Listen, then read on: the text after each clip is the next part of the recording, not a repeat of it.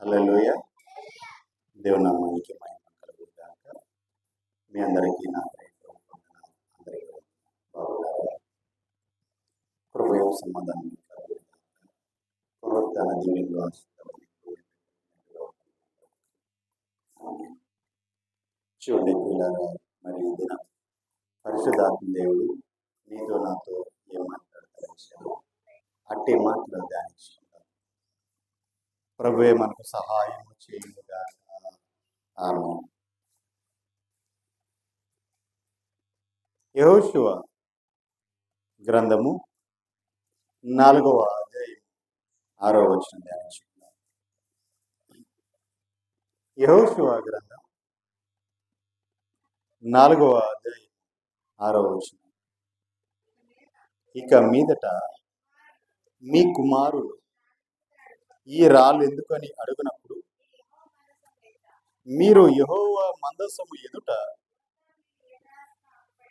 యొర్దాను నీళ్లు ఏకరాశిగా ఆపబడేను. దేవునికి మహిమ కలుగునుగా అని చెప్పాలి. మీ పిల్లలు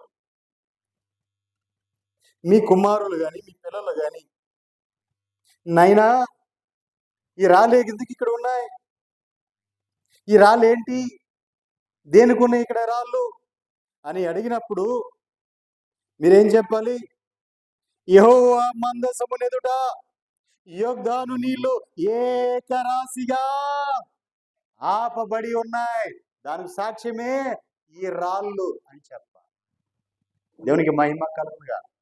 యెహోవా మందసం ఎదుట యొర్దాను నీళ్లు ఎలా నిలబడి ఉన్నాయండి? ఏకరాశిగా నిలబడి ఉన్నాయి. హల్లెలూయా. ఏకరాశిగా నిలబడి ఉన్నాయని చెప్పి ఈ రాళ్ళు అందుకే ఇక్కడ నిలబడి ఉన్న రాళ్ళు ఇక్కడ పెట్టారు అని చెప్పి సాక్ష్యము చెప్పాలి. అంటే ప్రియులారా, కొంచెము లోతుగా గనక మనం వెళ్ళినట్లయితే, కొంచెం లోతుగా చూసినట్లయితే, దేవుడు నీ జీవితంలో చేసిన అద్భుతాలు, ఆశ్చర్య కార్యాలు, కార్యాలు, సూచక్రియలు ఏవైనా అవి నీ బిడ్డలకు సూచనగా ఉండాలి. నీ పిల్లలకు చెప్పగలగాలి. ఇదిగో ఈ కార్యం నేను ఎలా పొందుకున్నానో తెలుసా, ఇదిగో ఈ పని ఎలా జరిగిందో తెలుసా, ఇదిగో ఈ శక్తివంతమైన ఈ కార్యంని దేవుడు మనకు జరిపించాడు, అయినా అది చూసినగా ఇదిగో దీన్ని నేను పెట్టాను అని నీ బిడ్డలకు నువ్వు చెప్పగలగా. లేకపోతే వారికి ఏం తెలుస్తుంది? నీవు మేలు పొందుకొని, నీవు ఆశీర్వదించబడి, నీవు దీవించబడి, దేవుని కార్యము నువ్వు అనుభవించి దాన్ని బయటికి రానికోకుండా నోరు మూసుకొని కూర్చుంటే రేపు పొద్దున్న నీ బిడ్డలకి అది ఎలా తెలుస్తుంది? ప్రతి విషయము కూడా దేవుడు సాక్ష్యార్థమై చూపిస్తా ఉన్నాడు. ప్రతి విషయము కూడా దేవుడు సాక్ష్యమును అక్కడ పెట్టి చూపిస్తూ ఉంటాడు. ఆయన చేసిన ప్రతి అద్భుతముకు, ప్రతి కార్యముకు, ప్రతి మేలుకు దానికి ఒక సాక్ష్యం ఉండాలి. సాక్ష్యము లేకుండా దేవుడు ఏ పని చేయలేదు. దేవునికి మహిమ కలుగునుగా. నేను కూడా చూపిస్తాను. అయ్యా ఇదిగో పిల్లలారా, నా పిల్లలారా, ఇదిగో నా చెయ్యి ఇరిగిపోయింది, నా తల పగిలిపోయింది, నా కాళ్ళు ఇరిగిపోయాయి, నేను చనిపోతాను అని చెప్పి డాక్టర్స్ డిసైడ్ చేసి ఇతను చనిపోతాడు, తీసుకెళ్ళిపోండి, మా వల్ల కాదు, ఇక్కడ మేము చేయలేము ఇతను ట్రీట్మెంట్ అని చెప్పినప్పుడు తర్వాత ఇతను 48 గంటలు బ్రతుకుతాడో లేదో అని మళ్ళీ వాళ్ళు బ్రతుకులాడుకుంటే బ్రతుకుతాడో లేదో గ్యారంటీ లేదు అని చెప్పినప్పుడు, ఇతని మొహము లోపలికి పోతుంది అని చెప్పినప్పుడు, 2 కళ్ళు పోతాయి అని చెప్పినప్పుడు, ఇతని మనసు నుంచి లేచితే నడవడానికి సుమారుగా 6 నెలలు పడుద్ది అని చెప్పినప్పుడు, ఇతని జీవితకాలం అంతా కూడా ఒక మనిషి పక్కన చేతి నుండి ఇతను పట్టుకొని వెళ్ళాలి, ఓ మనిషి నుండి నడిపించాలని చెప్పినప్పుడు, దేవుడు నా జీవితంలో 21 రోజునే మంచం నుంచి హాస్పిటల్ బెడ్ నుంచి కిందకి నడిపించి నాకు నేనుగానే దిగి నడిచేటట్టుగా ఆయన శక్తినిచ్చాడు. అంత త్వరగా కోలుకోవడానికి బలాన్ని ఇచ్చాడు. చెప్పిన డాక్టర్లే ఆశ్చర్యపోయినంతగా ఆయన కృప చూపాడు నా జీవితంలో అని నేను నా బిడ్డలకి చెప్పకపోతే ఆ కార్యం ఎలా తెలుస్తుంది? ఆ కార్యం ఎలా తెలుస్తుందండి? నీవు పొందిన మేలు, నువ్వు పొందిన అనుభవించిన ఆ కృపను నీ బిడ్డలకు చెప్పకపోతే నీ బిడ్డలకు ఎలా తెలుస్తుంది? అబ్రహాము తన బిడ్డలకు నేర్పించాడు, చెప్పాడు. దేవుడు నాకు ఈ వాగ్దానం చేశాడు, ఈ ఆశీర్వాదం ఇచ్చాడు, ఇదిగో ఇది శ్వాసంగా నాకు ఇస్తాడు, నాకు ఇస్తానని చెప్పాడు అని చెప్పాడు. ఇస్సాకు ఏం చేశాడు? తన పిల్లలకు అదే చెప్పాడు. దేవుడు నాకు ఈ భూభాగాన్ని శ్వాసంగా ఇచ్చాడు, నాకు నా తండ్రికి ఇచ్చాడు, నా తర్వాత నా పిల్లలకి ఇస్తానన్నాడు. యాకోబు అదే చెప్పాడు, నా తాతకి ఇచ్చాడు ఇదే శ్వాసంగా, తర్వాత నా తండ్రికి ఇచ్చాడు, తర్వాత నాకు అదే వాగ్దానం చేశాడు దేవుడు, ఇదిగో నా పిల్లలారా ఇవన్నీ కూడా మనం పొందుకొని అనిపిస్తాం, దేవుడు శ్వాసంగా మనకి ఇచ్చాడు అని. అలా తన బిడ్డలకు చెప్పకోకుండా, ఆ మేలు చెప్పకుండా దాసిన వాళ్ళు ఎంతమంది ఉన్నారు? అసలు మర్చిపోయిన వాళ్ళు, గుర్తులేని వారు ఎంతమంది ఉన్నారు? నీ జీవితంలో జరిగిన కార్యాలు, దేవుడు నీకు చేసిన కార్యాలు నువ్వేం చేయాలి? నీ పిల్లలకు చెప్పాలి. సరే, విషయంలోకి వద్దాం. ఇక్కడ మనం చూసినట్లయితే యెహోషువ కాలములో మోషే తర్వాత యెహోషువ నాయకత్వం వచ్చింది. యెహోషువ నాయకత్వం రాగానే మోషే దగ్గర కర్ర ఉంది, దేవుని కర్ర. ఏముందండి? దేవుని కర్ర ఉంది. అద్భుతాలు చేసింది, ఆశ్చర్యకరాలు చేసింది. యెహోషువ దగ్గరికి వచ్చే వాటికి కర్రతో పని లేదు. ఎక్కడి వరకు? యొర్దాను నది వరకు మోషే నడిపించుకుంటూ వచ్చాడు ఇశ్రాయేల్ ప్రజల్ని. యొర్దాను దాటి అద్దరికి వెళ్తే దేవుడు వాగ్దానం చేసిన వాగ్దాన భూమి, ఆ వాగ్దాన దేశంలో అడిగి పెడతారు. ఆ నీళ్లు దాటి అవతలికి వెళ్ళంగానే వాగ్దాన భూమిలో అడిగి పెడతారు. అక్కడి వరకు వచ్చిన తర్వాత మోషే ఆగిపోయాడు. దేవుడు ఆగిపోమన్నాడు మోషేని. అక్కడ నుంచి యెహోషువ నాయకత్వంలో యొర్దాను దాటాలి.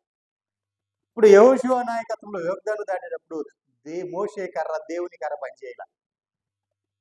ఇక దాని మోషేతోనే, ఆ కర్ర మోషేతోనే వెళ్ళిపోయింది. ఇప్పుడు ఏంటంటే దేవుడు చెప్పాడు ఏమని? ఇదిగో రేపటి దినము ప్రజల ముందు నేను అద్భుతం చేయబోతున్నాను, నిన్ను గణపరచబోతున్నాను.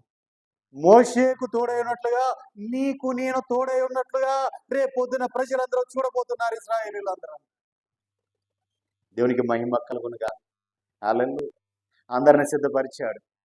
యొర్దాను ముందు అందరు సిద్ధంగా ఉన్నారు. యాజకులు వచ్చారు, మందసమును ఎత్తుకున్నారు భుజాన.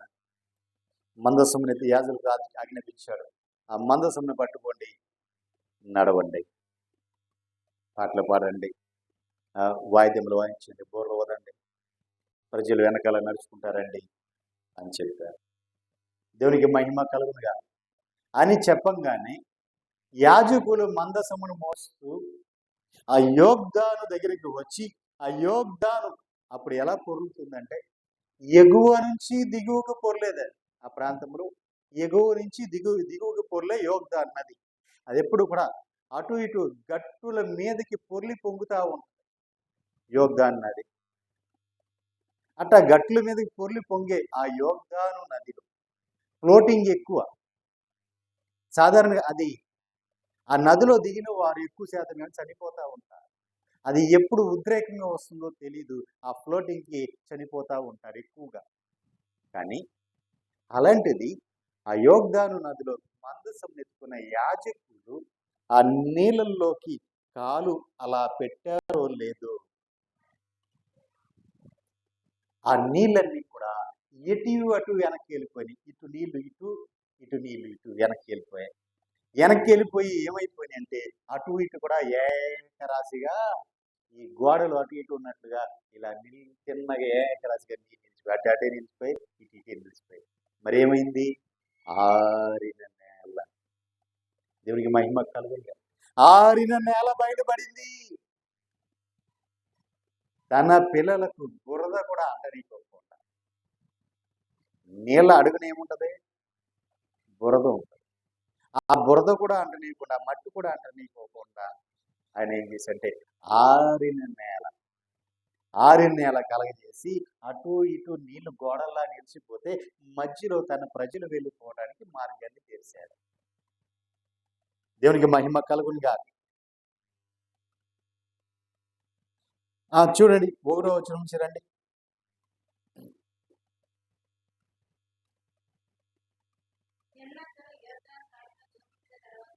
జనులందరూ యోర్దాను దాటు ఒకటో వచ్చినమ్మా. జనులందరూ యోర్దాను దాటుట తుదముట్టిన తర్వాత యెహోవా యెహోషువతో ఇలా సెలవిచ్చాడు, ప్రతి గోత్రమునకు ఒక మనుషుని చొప్పున 12 గోత్రములు కాబట్టి 12 మందిని ఏర్పరిచి యాజకుల మందసము పట్టుకొని నిలిచిన ఆ కాళ్ళ కింద, ఆ స్థలము కింద యోర్దాను నడుమ నుండి 12 రాళ్లను తీసి వాటిని యువతలకు తెచ్చి, మీరు ఈ రాత్రి ఎక్కడైతే బస చేస్తున్నారో, ఈ రాత్రి మీరు ఎక్కడైతే పండుకుంటున్నారో ఆ స్థలంలో వీటిని నిలబెట్టండి అని చెప్పాడు. వారికి ఆజ్ఞాపించుము. యెహోవా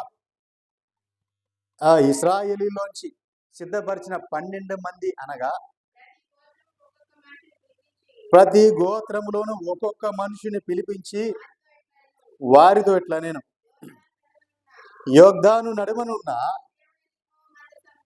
మీ దేవుడైన యెహోవా మందసము ఎదుట దాటిపోయి ఇశ్రాయేలుల గోత్రపు లెక్క చొప్పున ప్రతి వాడును ఒక్కొక్క రాతిని తన భుజము మీద పెట్టుకొని తేవలెను. ఇక మీదట మీ కుమారులు ఈ రాళ్ళు ఎందుకు అని అడిగినప్పుడు మీరు యెహోవా మందసము ఎదుట యోర్దాను నీళ్లు ఏకరాశిగా ఆపబడెను అని చెప్పాలి. దేవునికి మహిమ కలుగునుగా.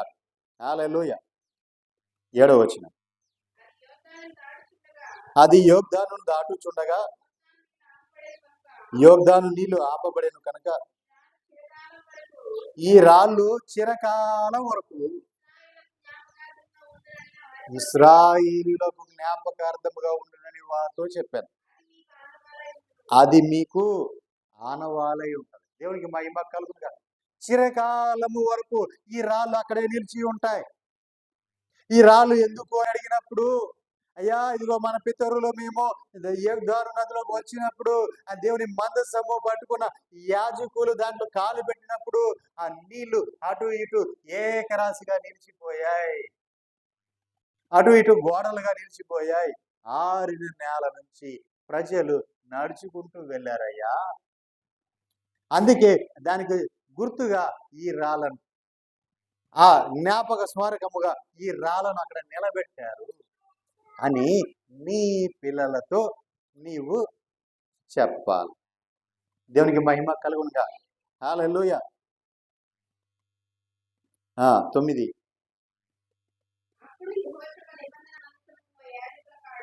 అప్పుడు యెహోషువ నిబంధన మందసము మోయు యాజకుల కాళ్ళు యోర్దాను నడుమున నిలిచిన చోట 12 రాళ్లను నిలవబెట్టించాను. నేటి వరకు అవి అక్కడనే ఉన్నాయి. హల్లెలూయా. చూడండి పిల్లరా, ఇక్కడ 2 సూచనలు కనబడుతున్నాయి. ఒకటి, యోర్దాను మధ్యలోంచి 12 రాళ్ళు తీసుకురావాలి. వాళ్ళు ఎక్కడ బస చేస్తున్నారో అక్కడ పెట్టాలి. ఆ రాత్రి వారు ఎక్కడ బస చేయబోతున్నారో అక్కడ పెట్టాలి. అది ఎక్కడంటే గిల్గాలులో ఆ రాత్రి వాళ్ళు అక్కడ నిద్రించిపోతున్నారు కాబట్టి ఆ రాళ్లను అక్కడ పెట్టాలి. రెండోది, 12 రాళ్ళు యాజకుడి యొక్క ఆ మందసమును మోస్తున్న యాజకులు ఎక్కడైతే నిలబడ్డారో ఆ నిలబడిన చోట 12 రాళ్ళను పెట్టాలి. దేవునికి మహిమ కలుగునుగా. హల్లెలూయా. ఇవన్నీ కూడా ఒక సూచన. దేవునికి మహిమ కలుగునుగా.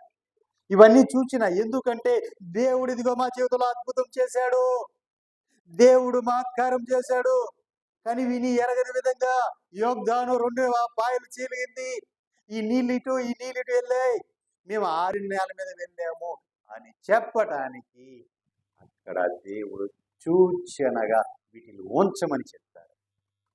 దేవునికి మహిమ కలుగునుగాక. హల్లెలూయా.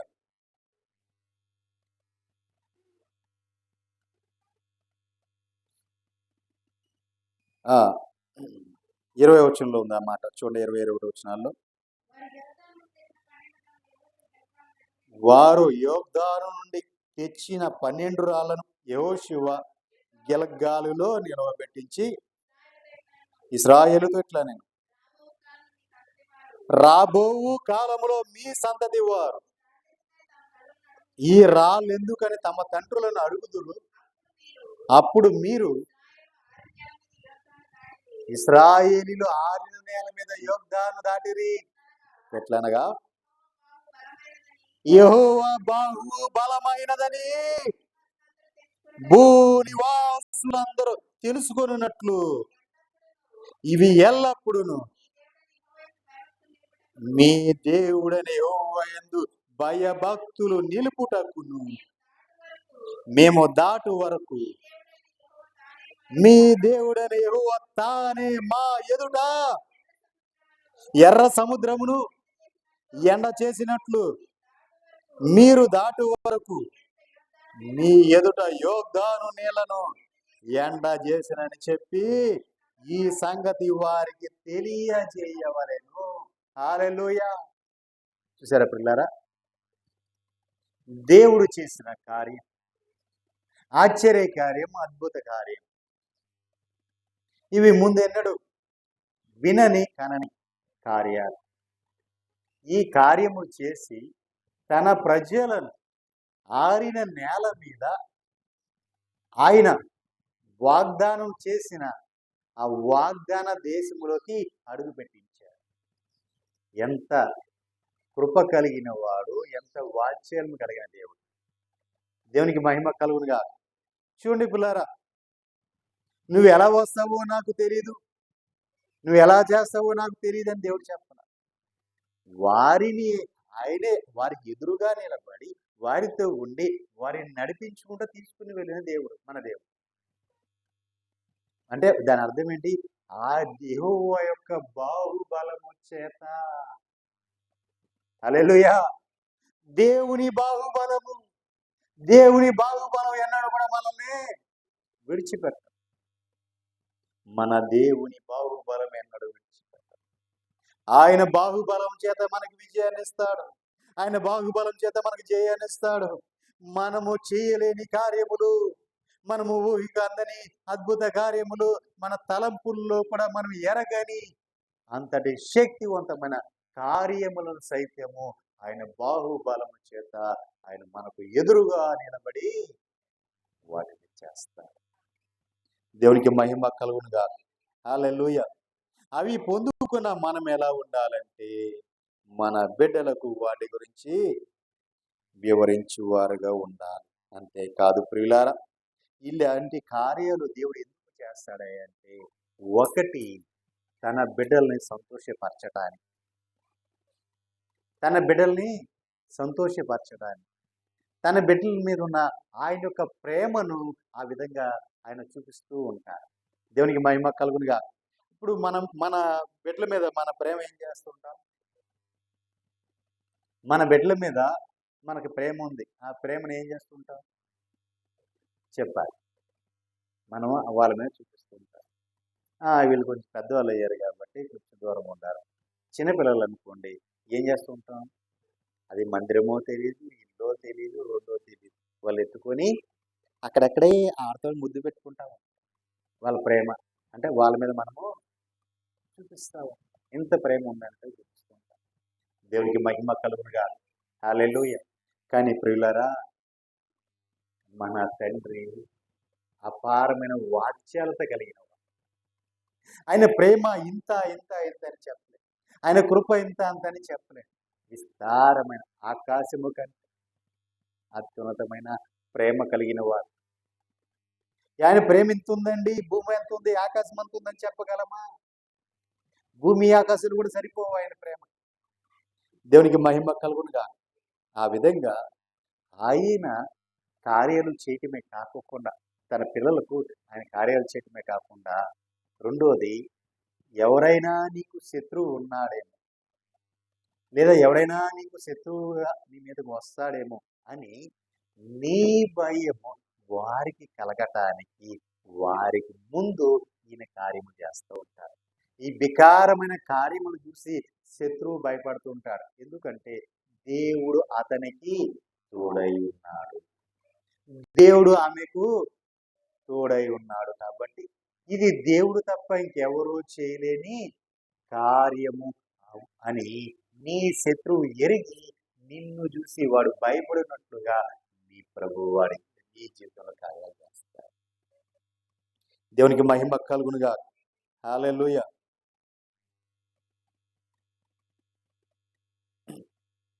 చూడండి 24 వచ్చిన అన్నమాట చదివేసేవాళ్ళు. మళ్ళీ ఒకసారి చదువు. మీరు ఎల్లప్పుడూ మీ దేవుడైన యెహోవా యందు భయభక్తులు నిలుపుటకును. ఒకటి చూసారా, మీ దేవుడైన యెహోవా, దేవుని యందు మనం ఎప్పుడు కూడా ఎల్లప్పుడూ భయభక్తులు నిలపడానికి. రెండోది, మేము దాటు వరకు మీ దేవుడైన యెహోవా తానే ఎర్ర సముద్రం ఏ విధంగా ఎండ చేశాడో అట్లాగే మీరు దాటు వరకు మీ ఎదుట ఈ యోర్దాను నీళ్లను ఎండ చేశానని చెప్పి ఈ సంగతి వారికి తెలియపరచవలె. దేవునికి మహిమ కలుగునుగా. హల్లెలూయా.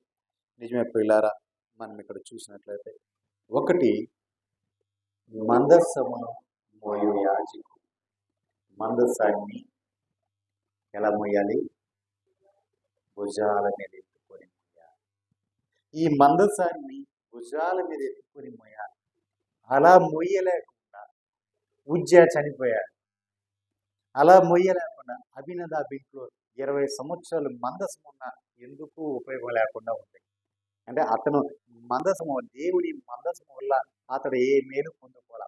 చూడండి, ఇక్కడ మందసము మోస్తున్న యాజకులు ఇశ్రాయేలుకి ముందుగా వెళ్ళి ఆ యోర్దాను నదిలో అడుగు పాదము మోపగానే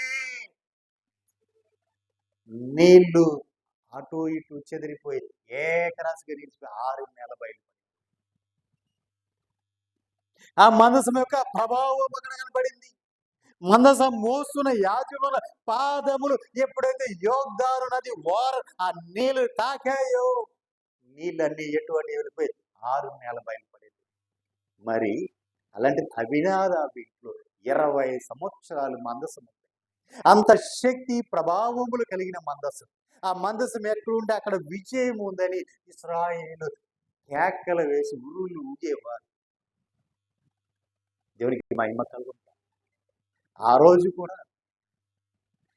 కూడా ఫిలిస్తీయుల మీదకి యుద్ధానికి వెళ్ళి ఓడిపోయి, ప్రభువా మేము ఓడిపోయేంటని చూసుకుని వెనక తిరిగి చూస్తే మందసము లేదు అని చెప్పి పరిగెత్తుకుంటూ వెళ్ళి షిలోహులో ఉన్న మందసాన్ని తీసుకుని వచ్చి యుద్ధ భూమిలో నిలబడ్డా.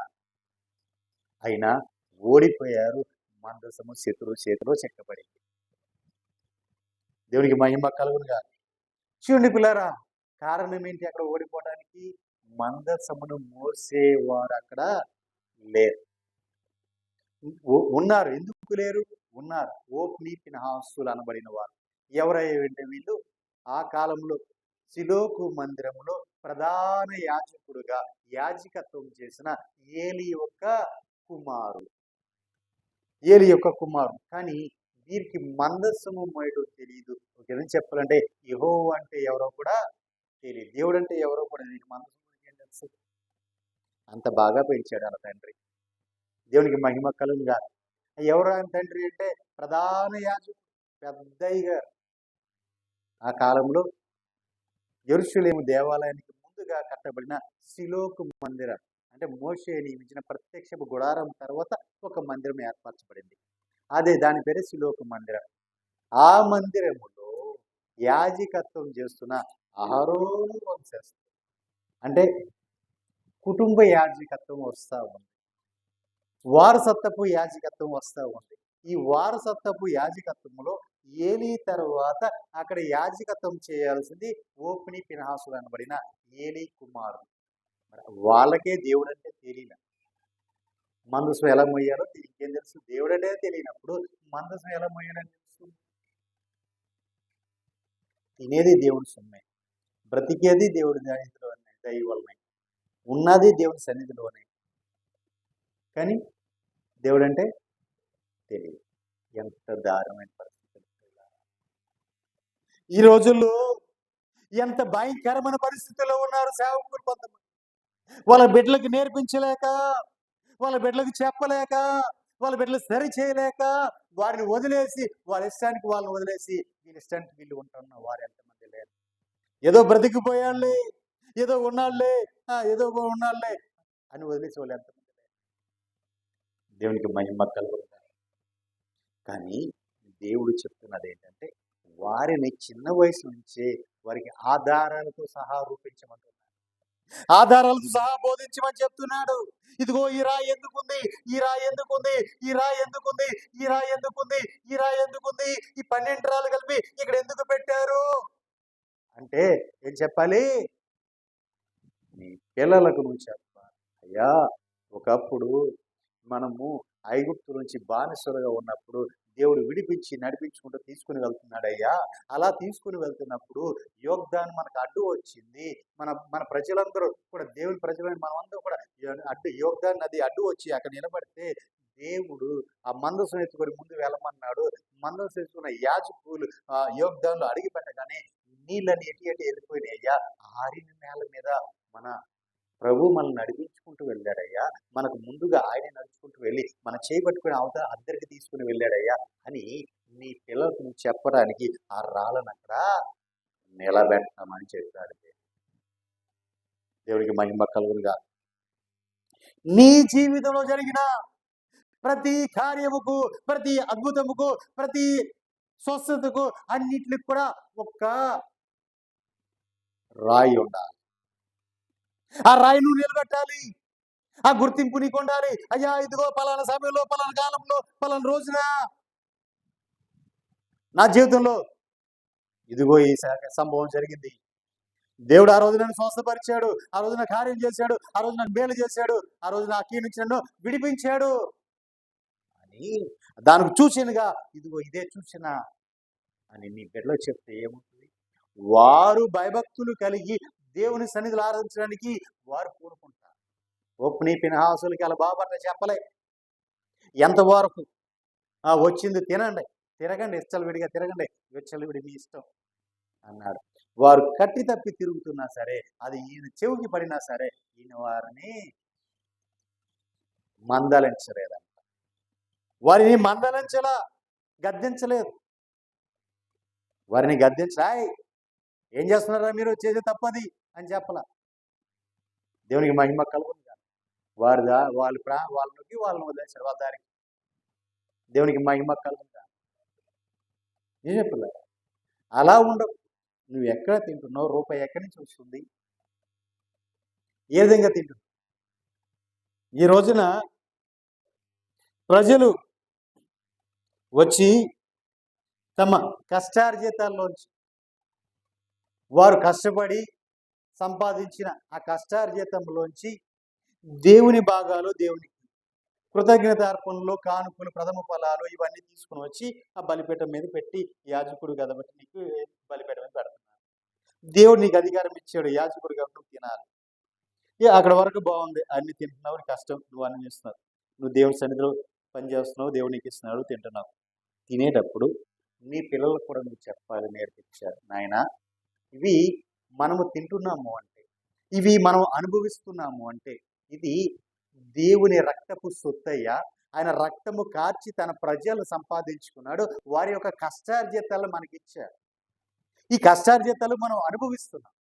ఇవి అనుభవించేటప్పుడు దేవుడు ఒక మాట చెప్పాడు, ఎందుకు మీకు ఇచ్చాను, ఎందుకు మీరు అనుభవించాలంటే వారి యొక్క శ్రమల నుంచి, వారి యొక్క కష్టాల నుంచి, వారి యొక్క బాధల నుంచి, వారి యొక్క పాపాల నుంచి విడిపించబడాలి. వారి కోసం నువ్వు ప్రాయశ్చిత్తం చేయాలి, వారి కోసం నువ్వు ప్రార్థన చేయాలి, వారి నుంచి ఇవి విడిపించాలి. ఏ విడిపించాలి? ఊరికినే తెరిజమ్మ గారు కానికేస్తుంది కదా అని చెప్పి తినేస్తే సరిపోద్దా? ఏమండి తెరిజమ్మ గారు, మీకోసం ప్రార్థన చేయాలి కదా, మీకోసం చేయాలి కదా, ప్రాయశ్చిత్తం చేయాలి కదా. మీరు మీ పిల్లలు ఇంకొకరు ఏదైనా తప్పిదం చేసినా, దేవుడికి విరోధంగా ఏదైనా చేసినా దానికి ఆ ప్రాయశ్చిత్తం చేయాలి కదా. మరి ప్రాయశ్చిత్తం చేయకోకుండా వచ్చింది ఏదో వేసింది కానికని చెప్పి కాబట్టి దేవుని వెళ్ళిపోయితే దేవునికి మహిమ కలుగునుగా. ఎందుకు అంటే మీ పాపాలలో పాలి భాగస్తుడు అవుతున్నాను. నువ్వు వేసే రూపాయి నేను తీసుకుంటున్నా, అది దేవుడు నాకు ఇస్తున్నాడు. నువ్వు కానుకలు పెట్టలేస్తున్నావు, నాకు వేస్తున్నావా? కానుకలు పెట్లు ఉన్నాయి కదా, ఆ కానుకల పెట్టులో వేసినప్పుడు ఏమవుతుందంటే అది దేవుడికి ఇస్తున్నావు, నాకివ్వట్లా. దేవుడు నాకు ఇస్తున్నాడు, దీనికి నీకు సంబంధం లేదు, దానికి నీకు సంబంధం లేదు. ఎందుకంటే నువ్వు నాకు ఇట్లా దేవుడికి ఇస్తున్నావు. అయినా సరే దేవుడు ఏం చెప్పంటే ఆ అర్పణ దేవుడు నాకు ఇస్తున్నాడు. ఇస్తూ ఏమంటున్నాడు అంటే ఇదిగో తన కోసం నువ్వు ప్రాయశ్చిత్తము చేయడం కోసం ఇది నేను నీకు ఇస్తున్నాను అంటున్నాను. ఇప్పుడు ఏం చేయాలి? నీ అర్పణ తీసుకున్న నేను హ్యాపీగా ఎంజాయ్ చేయాలా? నీ కోసం ప్రాయశ్చిత్తం చేయాలి. దేవునికి మహిమ కలుగునుగా. హల్లెలూయా. చూడండి పిల్లరా, గొర్రెని తీసుకుని రావాలి, 2 గొర్రెలు మేకలు తీసుకుని రావాలి. వచ్చి 2 చీట్లు వేయాలి. చీట్లు వేసిన తర్వాత ఒకటి యెహోవాకు, రెండోది విడిపించడానికి అని చీట్లు ఉంటాయి. ఏ చీటి పడిందో యెహోవాకు చీటి పడిందో దాన్ని పక్కన పెట్టి బలిపీఠం మీద వదిలించాలి. రెండో దాన్ని విడిచిపెట్టడానికి విడుదల, అంటే నీ దోషాలు నీ పాపాలు విడుదల చేయబడటానికి ఏం చేయాలంటే దాన్ని తీసుకుని రావాలి. ఎవరైతే దాన్ని తీసుకుని వచ్చారో వారు రావాలి. వారు వచ్చి ఏం చేయాలి? దాన్ని ఎత్తి మీద చేయాలి. దాన్ని ఎత్తి మీద చేసి నీ పాపాలను దాని మీద ట్రాన్స్ఫర్ చేయాలి. డైరెక్ట్గా నువ్వు దాన్ని నెత్తి మీద చేసేసి నా పాపాలను దాని మీదకి వెళ్ళిపో అంటే వెళ్ళిపో. మరి ఏం చేయాలి?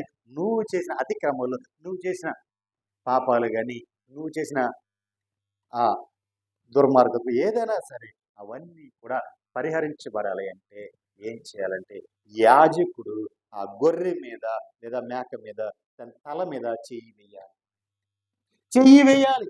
అలా చెయ్యి వేసినప్పుడు నీవు ఏం చేయాలంటే యాజకుడి చేతి మీద చెయ్యి వేయాలి. ఇక్కడ వేయాలి. ఈ చెయ్యేమో ఇలా ఉంది, ఏది గొర్రె మీద ఉంది. ఈ చెయ్యేమో యాజకుడి చేతి మీద ఉంది. ఇప్పుడు ఏమవుతుంది? నీవు చేసిన అతిక్రమం అంతా కూడా యాజకుడి చేతి మీదకి వస్తుంది, యాజకుడి మీదకి వస్తుంది. ఈ యాజకుడి నుంచి డైరెక్ట్గా గొర్రె మీదకి వెళ్తుంది. గొర్రె కానీ మేక కానీ దాని మీదకి వెళ్తుంది. అంటే నీ పాపాలు డైరెక్ట్గా తీసివేయబడవు, డైరెక్ట్గా ఆ పశువు మీదకి వెళ్ళిపోవు. మరి ఎట్లా వెళ్తాయి అంటే మధ్యవర్తిత్వం. దీన్ని మధ్యవర్తిత్వం అంటారు. ఈ మధ్యవర్తి ద్వారా దాని మీద ట్రాన్స్ఫర్ అవ్వాలి. నీ దోషం పరిహరించబడాలి, నీ పాపం కొట్టివేయబడాలి అంటే ఇప్పుడు నీకు ఒక వ్యక్తి కావాలి, యాజకుడు కావాలి. ఆ యాజకుడు మొయ్యాలి ఆ భారాన్ని. ఇప్పుడు నువ్వేం చేస్తావు? సులువుగా అతని మీద చేయి వేసేసి నీ పాపాలు కడిగేసుకుంటావు, నువ్వు వెళ్ళిపోతావు. ఇప్పుడు దాన్ని మోసేది ఎవరు? యాజకుడు. ఈ యాజకుడు ఏం చేయాలి?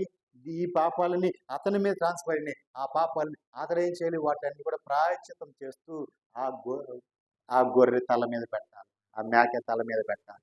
అప్పుడు ఈ యాజకుడు ద్వారా ఆ పాపాలన్నీ కూడా దాని మీదకి వెళ్ళిపోతాయి. అప్పుడు ఒకటేమో దేవుడికి బలర్పించేది దేవుడికి బలర్పిస్తాం, రెండో తీసుకుని వెళ్ళి దూరంగా అరణ్యంలో విడిచిపెట్టేయాలి. ఎందుకంటే నీ పాపాలన్నీ మోసుకుంటా వెళ్ళిపోయింది. అక్కడికి వెళ్ళిపోయి అది మేత మేక తినక చచ్చిపోవాలి. అంటే నీ పాపాలు కొట్టివేయబడతాయి. ఎన్నడూ కూడా అవి నీ దగ్గరికి రాకుండా దూరంగా వెళ్ళిపోయినాయి అని అర్థం. మన ప్రభువు చేసింది కూడా అదే. శిలువ యాగంలో చేసింది ఆయన రక్తాన్ని కార్చి మన పాప దోషాలను పరిహరించారు. అవన్నీ కూడా ఆయన భుజాన్ని వేసుకొని ఊరు బయటకు వెళ్ళిపోయి అక్కడ శిలువ వేయబడ్డారు. ఆయన మన పాపాలన్నీ మోసుకొని వెళ్ళిపోయారు. హల్లెలూయా, హల్లెలూయా. కాబట్టి ప్రియులారా, మరి ఇవన్నీ కూడా నాయనా ఆ దోషాలు ఆ పాపాలు మనం పరిహరించాలి. ఊరికనే తినేసిపోతే కుదరదు. దోషాలు పాపాలు పరిహరించాలి అంటే వారి కోసం మనం ప్రాయశ్చిత్తం చేస్తున్నాం. మరి దీంట్లో దేవుడు మనకు ఊరికనే ఒకలా వాళ్ళ కోసం మనం ప్రార్థన చేస్తున్నాం కాబట్టి, వారి కోసం మనం చేతులు ఎత్తుతాం కాబట్టి, వారి కోసం మనం ఉపవాసం ఉండి జాగారం చేస్తున్నాం కాబట్టి, ఇదిగో వారు విప్పిన ఆ గుప్పెళ్ళు తీసుకుని వెళ్ళి మనం భోజనం చేస్తున్నాం. ఈ రోజున మన కంచములో ఈ భోజనం వచ్చిందంటే అది దేవుడిచ్చిందేనయ్యా. అది మనం తింటున్నామంటే ఆయన రక్తము చేత కొనబడిన అమూల్యమైన తన ప్రజల యొక్క కష్టార్జితం నాయన. ఇది రక్తపు సొత్తు నాయన. మనం జాగ్రత్తగా వాడాలి. దీన్ని విచ్చలవిడితనం చేయకూడదు. విచ్చలవిడిగా మనం ఖర్చు పెట్టకూడదు. మనం ఈ రోజున కొంతమంది సేవకులు పిల్లలను చూస్తే వారు ఎలా ఉన్నారు అంటే చాలా భయంకరమైన పరిస్థితిలో ఉంటున్నారు. వాళ్ళు చేసే ఖర్చులు కానీ, వాళ్ళు చేసే ఆడంబరాలు కానీ, వారు వేసే డ్రెస్సులు కానీ, వారు చూసే విధానం కానీ, వారిని చూస్తే చాలా ఎక్కడి నుంచి వస్తుంది, ఎలా వచ్చింది వారికి తెలియదు. ఓపెనిప్పిన హాస్టల్లాగా అయిపోతారు. జాగ్రత్త. నేర్పించాలి. మనం ప్రతి రూపాయికి దేవుడికి లెక్క అప్ప చెప్పాలయ్యా. ఇదిగో దేవుడు మనకి ఇచ్చిన ప్రతి రూపాయికి ఆయన యొక్క కష్టార్జిత తన ప్రజలు కష్టార్జితం తీసుకొచ్చిన ప్రతి రూపాయికి మనం లెక్క అప్ప చెప్పాలి. కాబట్టి మనం లెక్క అప్ప చెప్పాలి. కాబట్టి ఆ రూపాయిని రేపొద్దున దేవుడు అడుగుతాడు. కాబట్టి జాగ్రత్తగా ఉండండి నాయన అని పిల్లలకి ఏం చెప్పాలి, వాటి గురించి చెప్పాలి. దేవునికి మహిమ కలుగునుగా. హల్లెలూయా, హల్లెలూయా. మరి అలా చెప్తున్నారా? దేవునికి మహిమ కలుగునుగా. అలా చెబితే ఏమవుతుంది అంటే బాధ్యత ఉంటుంది, భారం ఉంటుంది. వ్యర్థంగా ఖర్చు పెట్టరు. వ్యర్థమైన వాటి మీద మనసు వెళ్ళదు. ఎందుకంటే అయ్యో ఇది దేవుడి సొత్తు, దేవుడి సొమ్ము, దేవుడి సొమ్ముకి మనం లెక్క అప్పు చెప్పాలి. ప్రతి రూపాయికి రేపు ఆయన వచ్చి లెక్క అడుగుతాడు. వాటికి మనము కూడా, ఎందుకంటే పాలి భాగస్తులం కదా, మనం కూడా లెక్క అప్పు చెప్పాలి నాయన అని ఒక భయము ఉంటుంది. దేవునికి మహిమ కలుగునుగా. హల్లెలూయా. దేవుడు ఇస్తున్నాడు, మేము తిరుగుతున్నాం. దేవుడు ఇస్తున్నాడు, మేము తింటున్నామంటే కుదరదు. నువ్వు తిరిగినా ఏం చేసినా ప్రతిదానికి లెక్క అప్పచెప్పాలి. లెక్క అప్పచెప్పించుకునే ఒక రోజు ఉంది. ఆ రోజు నువ్వు అప్పచెప్పాల్సిందే. దేవునికి మహిమ కలుగునుగా. హల్లెలూయా. కాబట్టి ప్రియులారా, ఓప్ని ఫినహాసులకి ఆ పని లేదు. తన తండ్రి చెప్పల, తన తండ్రి మందగడిచిన. ఏమైంది? యుద్ధానికి వెళ్ళారు, మందసం పట్టబడింది, వాళ్ళు అక్కడే చచ్చిపోయారు. అంతేకాదు, ఈ ఏలి చేసిన దానివల్ల అహరోను యాజకత్వం అంతమైపోయి అక్కడితో ముగించబడింది. తన పిల్లలకి నేర్పలేదు కాబట్టి వారి పిల్లలు అక్కడ నుంచి తర్వాత చనిపోయారు. తర్వాత అహరోను యాజకత్వం లేదు, అక్కడ యాజకత్వం లేదు. దేవునికి మహిమ కలుగునుగా. హల్లెలూయా. నిజమే పిల్లరా, మందసము భుజాల మీద పెట్టుకుని మోయాలి. ఆ భారము తెలిసి ఉండాలి. మందసం మోస్తుంటే సంఘం యొక్క భారం అది భుజాల మీదే ఉండాలి. ప్రతి వాడి కొరకు కూడా ఎక్కడ ఎలా ఉండాలి అంటే, యోర్దాను నదిలో దిగిన వాడు ఆ మందసం పట్టుకొని ఆ యోర్దాను నదిలో దిగి ఆ యాజకుడు అలాగే ఉండిపోయాడు. 6 లక్షల 20 లక్షల మంది ప్రజలు ఆ యోర్దాను నది దాటు వరకు కూడా ఆఖరు వారి పశువులే కానీ, వారి మందలే కానీ, వారి కలిగిన సమస్తము కూడా దాటి యోర్దాను దాటి అద్దరికి వెళ్ళే వరకు కూడా వీళ్ళ మందసం మోస్తూనే నిలబడిపోయారు. అలాగే నిలబడిపోయారు ప్రియులారా. ఆఖరి వాడి వరకు కూడా దాటు వరకు కూడా నిలబడి అందరూ దాటిన తర్వాత అప్పుడు దేవుడే పిలుస్తున్నాడు, వాళ్ళని రమ్మను, ఒడ్డుకి రమ్మను. అప్పుడు దేవుడు చెప్పిన తర్వాత అప్పుడు యెహోషువ వారికి ఆజ్ఞాపిస్తున్నాడు, ఇదిగో రండి, ఒడ్డుకు రండి అంటే అప్పుడు ఒడ్డుకు వచ్చారు. ఇవన్నీ జరిగే వరకు కూడా వారు అలాగే ఉన్నారు. ఆ 7 రాళ్ళు 12 రాళ్ళు అక్కడి నుంచి తీసి ఆ 12 రాళ్ళు పెట్టే వరకు అక్కడే ఉన్నారు. ఆ 12 రాళ్ళు మోసే వరకు కూడా. ఇంకో విషయం చెప్పనా, ప్రతి గోత్రములో 12 ఒక్కరి చొప్పున 12 మందిని ఏర్పరిచి ఈ రాళ్ళన్నీ 12 రాళ్ళు తీసుకెళ్ళి మీరు ఎక్కడ బస చేస్తున్నారో అక్కడ వీటిని నిలబెట్టండి అని చెప్పారు. అప్పుడు వరకు వీళ్ళు ఎక్కడ మోయాలి? ఆ రాళ్ళు భుజాల మీదే మోయాలి. 12 రాళ్ళు తీసుకొని బళ్ళ ఎక్కించి బళ్ళ మీద పెట్టి తీసుకొని వెళ్ళాలా? ఇక్కడేమో యాజకులు మందసాన్ని మోస్తా ఉంటే అక్కడ ఏర్పరచబడిన వారు 12 మంది 12 రాళ్ళను భుజాల మీదే మోయాలి. దేవునికి మహిమ కలుగుగా. ఎందుకు మోత? ఎందుకు ఆ మూత పోయాల్సింది? దేవుడు ఎందుకు ఆ భారం పెట్టాడు అంటే ఏమన్నాడు కూడా మర్చిపోకుండా ఉండటానికి ఆ బరువుని పెట్టాడు. దేవుడు భుజాల మీద బరువుని పెట్టాడు మర్చిపోకుండా ఉండటం కోసం. దేవునికి మహిమ కలుగునుగా. హల్లెలూయా. ఇప్పుడు ప్రభువైన యేసుక్రీస్తు వారు సిలువను ఎత్తుకొని ఊరు బయటికి ఎందుకు ఆ సిలువను మోయలేక బయటికి మోసుకుంటూ వచ్చారు? ఆ సిలువను తీసుకెళ్ళి అక్కడ పెట్టేసి ఈయన తీసుకెళ్ళి సిలువ దొంగను వేసినట్టు సిలువ వేయకూడదా? దొంగలను సిలువను మోసుకెళ్ళారా? ఇద్దరు దొంగలు ప్రభువైన యేసుక్రీస్తు వారితో పాటు ఇద్దరు దొంగలు సిలువ వేశారు. ఆ దొంగలను తన సిలువను మోసుకుని వచ్చారా? లేదే. మరి యేసు ప్రభువు మాత్రమే ఎందుకు అక్కడ నుంచి ఊరిలోంచి బయటకు సిలువని ఎత్తుకొని వచ్చాడు అంటే ఆ భారము ఆయన మీద ఉంది. ప్రజల భారం ఆయన మీద ఉంది. ప్రజల పాప దోషములు ఆయన భరించాలి. ఆ భారం మోసుకుంటూ ఊరు బయటకు తీసుకున్నారు. అలాగే ప్రియులారా, మరి ఆ భారము కలిగి ప్రజల భారం, ప్రజలు మోసే భారము కలిగి ఉండాలి. అందుకే యెహోవా బాహుబలము మనకు సహాయము చేశాడు. దేవుని యొక్క బాహుబలం, దేవుని యొక్క చెయ్యి మనకు సహాయం చేసింది. అంతేకాదు ఆ పెద్దలను చూసినట్టే పెద్దలు ఏం చేశారు? 20 వచనం చూడండి. యోగ్దానులో నుండి తెచ్చిన 12 రాళ్లను యెహోవా గిల్గాలులో నిలవబెట్టించి దేవునికి మహిమ కలుగుగా 12 రాళ్లను గిల్గాలులో నిలవబెట్టించాడు దేవుడు. దేవునికి మహిమ కలుగుగా. హల్లెలూయా. అంటే గిల్గాలు వెళ్ళే వరకు, వాళ్ళు అక్కడ బస చేసే వరకు యోగ్దాను దాటి అవతరికి వెళ్ళి అక్కడ మైదానం చూసి వాళ్ళందరికీ సరిపడా ఆ స్థలము ఎక్కడ ఉందంటే గిల్గాల్లో ఉంది. ఆ గిల్గాల్లోకి వెళ్ళే వరకు కూడా యోగ్దాను నది మధ్యలోంచి ఆ రాళ్లను ఎత్తుకొని భుజాల మీద మోసుకొని వెళ్ళారు 12 మంది. దేవునికి మహిమ కలుగునుగా. ఇది అబీనదాబింట్లో లేదు. అబీనదాబింట్లో ఆ భుజాలను మోసే అనుభవం లేదు. తన 2 కుమారులు చనిపోయారు.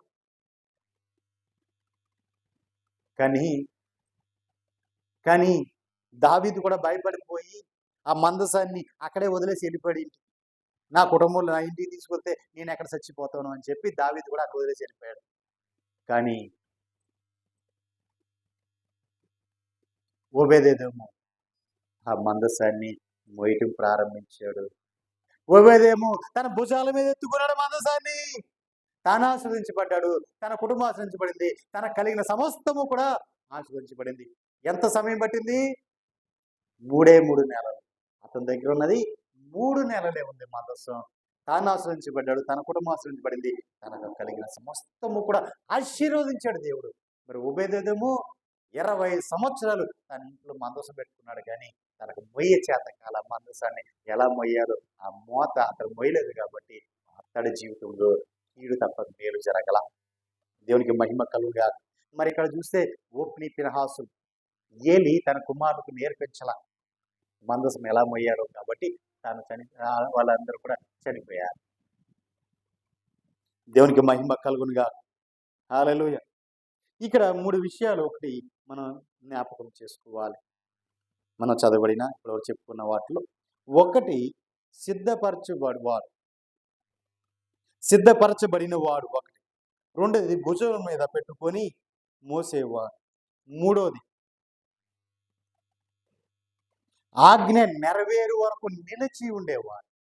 ఈ 3 విషయాలు మనం కొంచెం లోతుకు వెళ్ళి చూసుకున్నాం. చూడండి ప్రియులారా, ఎఫెసీయులకు రాసిన పత్రిక 2వ అధ్యాయము 10వ వచనం మనం చూసినట్లయితే,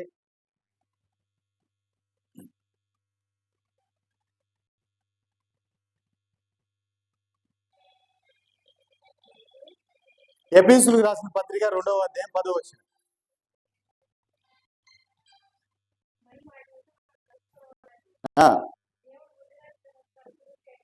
దేవుడు ముందుగా సిద్ధపరిచిన సత్క్రియలను చేయుటకై మనము క్రీస్తు యేసునందు సృజించబడిన వారమై ఆయన చేసిన పని.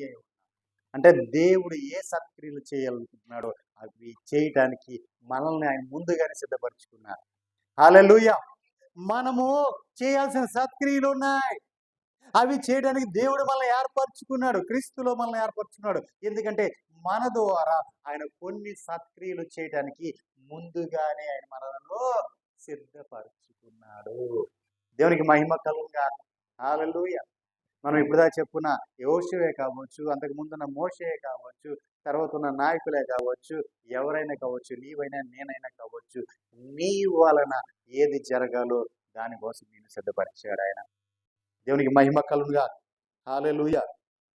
నీవు సత్క్రియలు చేయడం కోసం ముందుగానే నిన్ను ఆయన సిద్ధపరచుకున్నాడు. దేవునికి మహిమ కలుగునుగా. హల్లెలూయా. ప్రకటనల గ్రంథం 18వ అధ్యాయం 7వ వచనంలో చూసినట్లయితే,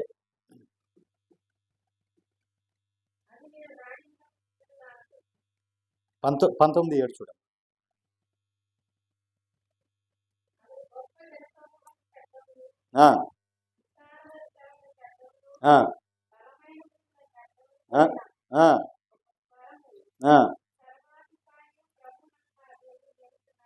సర్వాధికారి ప్రభువును మన ప్రభువును ఏలుచున్నాడు.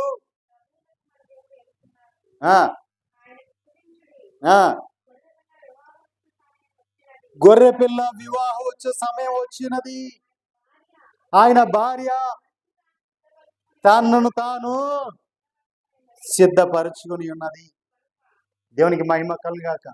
తన్ను తాను సిద్ధపరచుకోవాలి, నిన్ను నువ్వు సిద్ధపరచుకోవాలి. ఎందుకంటే గొర్రెపిల్ల వివాహ సమయం వచ్చి ఉన్నది. వచ్చి ఉన్నది, ఆ గడి వచ్చి ఉన్నది. ఈ క్షణము మరుక్షణము తెలీదు. ఆయన రాబోతున్నాడు, పెండ్లి కుమారుడుగా రాబోతున్నాడు. నీవు పెండ్లి కుమార్తెగా నువ్వు సిద్ధపడి నిన్ను నువ్వే సిద్ధపరచుకుని సిద్ధంగా ఉండాలి ఆయన ఎదుర్కోవడానికి. దేవునికి మహిమ కలుగునుగా. హల్లెలూయా.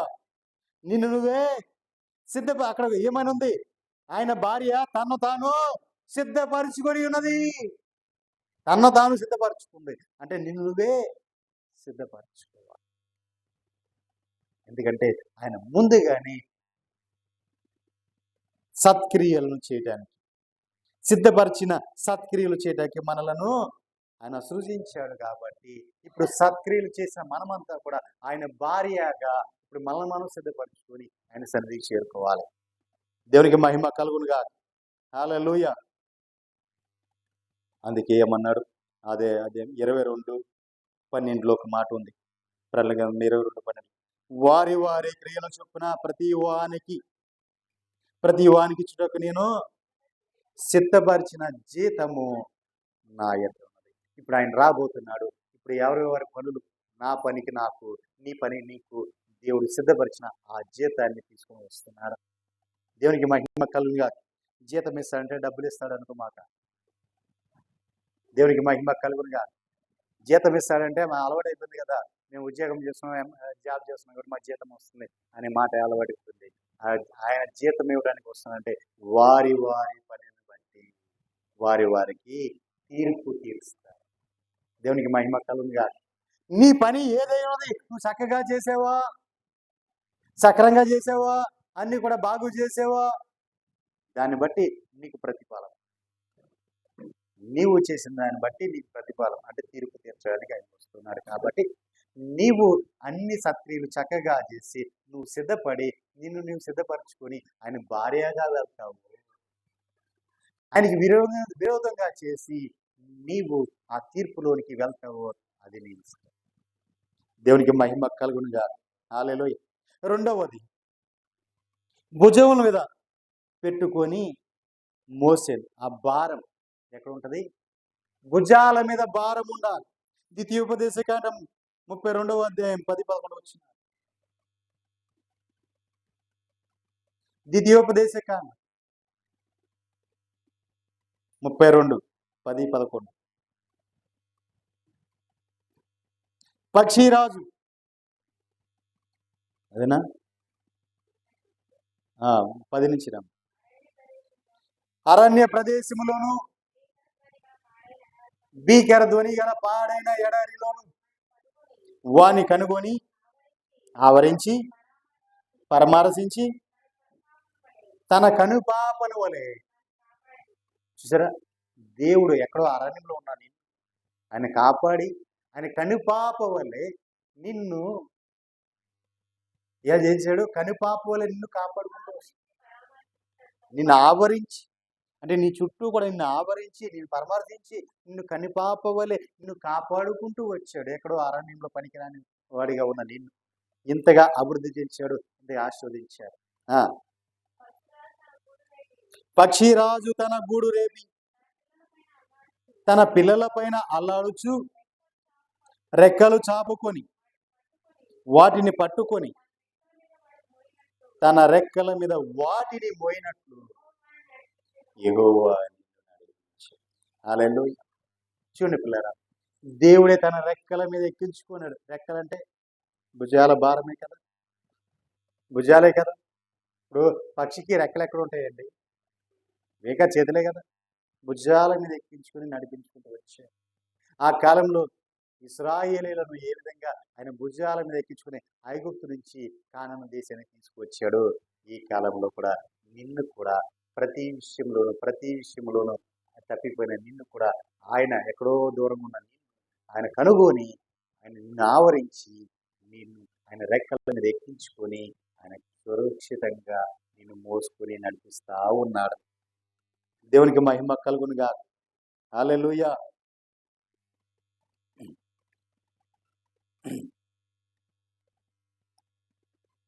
మూడవదిగా యెహోషువ గ్రంథం 3వ అధ్యాయం 17 వచ్చి మనం చూసినట్లయితే,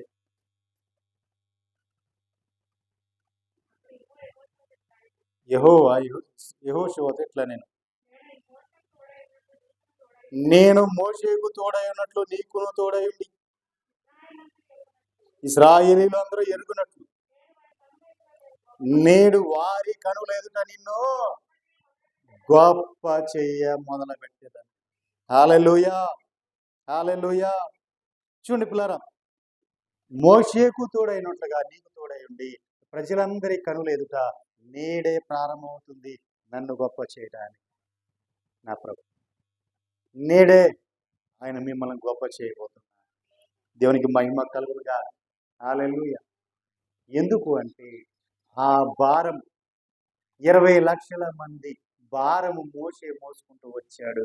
దాని తర్వాత ఆ భారము యెహోషువ మీదకి వచ్చింది. యెహోషువ ఇప్పుడు ఏం చేస్తున్నారు? వారందరి భారాన్ని తన భుజాల మీద మోస్తున్నాడు. కాబట్టి వారందరి ముందు కూడా దేవుడు ఏం చేస్తున్నారు? అతన్ని హెచ్చిస్తున్నాడు. హల్లెలూయా, హల్లెలూయా, హల్లెలూయా. నిలబడిపోయాడు అతను. ఎక్కడి వరకు నిలబడిపోయాడు అంటే ప్రభువైన యేసుక్రీస్తు వారు ఆఖరి గడి వరకు కూడా అలాగే తండ్రి చిత్తాన్ని నెరవేర్చడానికి ఆయన ఆ సిలువలో ఆఖరి గడి వరకు కూడా అలాగే నిలబడిపోయాడు. తండ్రి, ఇదిగో నా ఆత్మను నీ చేతికి అప్పగిస్తున్నాను.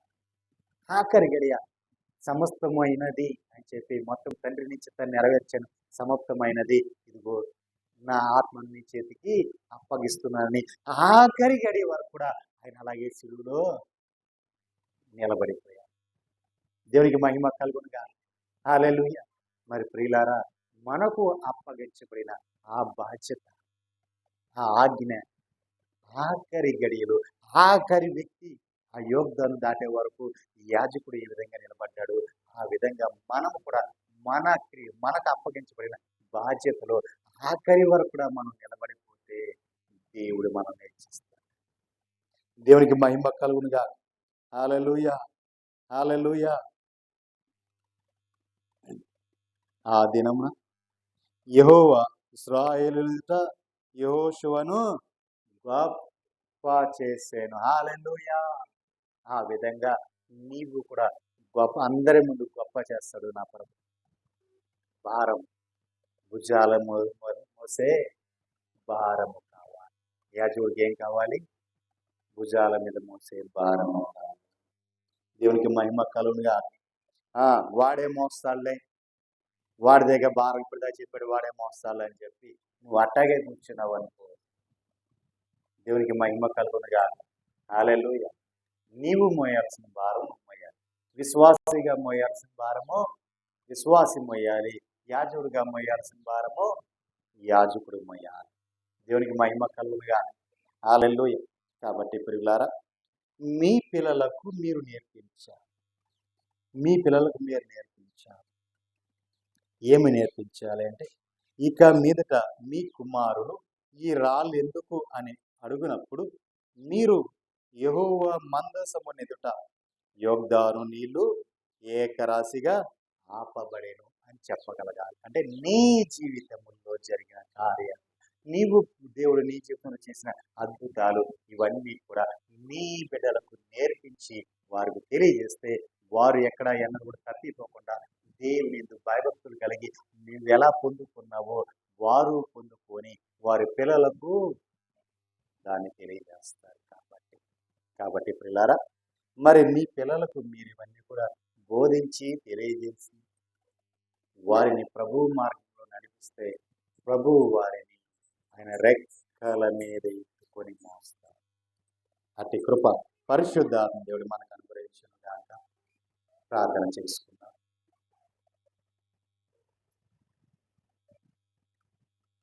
ప్రార్థన చేసుకుందాం.